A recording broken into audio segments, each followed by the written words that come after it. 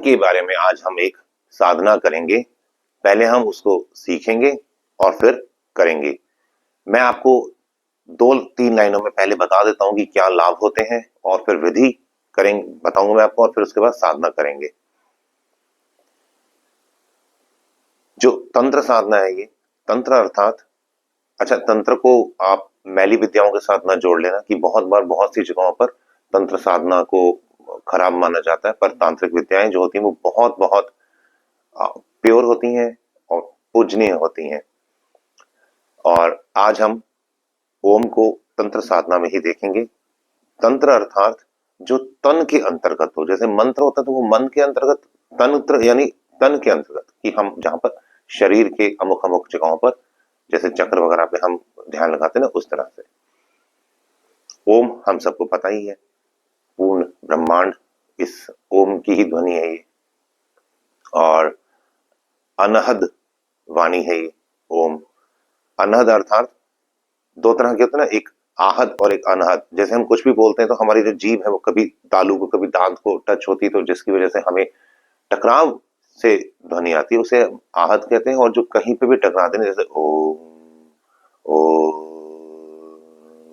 तो वो जीभ कहीं पर भी टकरा नहीं रही, ना टच हो रही है, ना दांतों पे, ना तालू में, या नीचे कहीं भी, इसे अनहद वाणी कहते हैं। और अब हम विधि पे आते हैं। विधि क्या है? जैसे हमारे 7 चक्र हैं, मूलाधार, स्वादिष्ठान, मणिपुर, अनहद, विशुद्धाग्नि, आज्ञा, सहस्त्रसार। हमने इन 7 चक्रों को पे ध्यान लगाते हुए करना है। हमारे को इस साधना से, जो भी हम साधना पहले सीख रहे हैं और उसके बाद जो करेंगे, इस साधना से हमारे को हमारे 7 चक्र रूपांतरित होंगे, विकसित होंगे। आपको पहले दिन से, आज अभी कर रहे हैं ना, अभी आप करेंगे मेरे साथ साथ, आपको अभी लाभ होना शुरू हो जाएगा। अभी आपको फील होगा, जो मैं आपको बता रहा हूं वही सारी चीजें। हमारे जब 7 चक्र रूपांतरित होंगे, हमारे 7 चक्र विकसित होंगे, हमारा कॉन्शियस लेवल बढ़ेगा।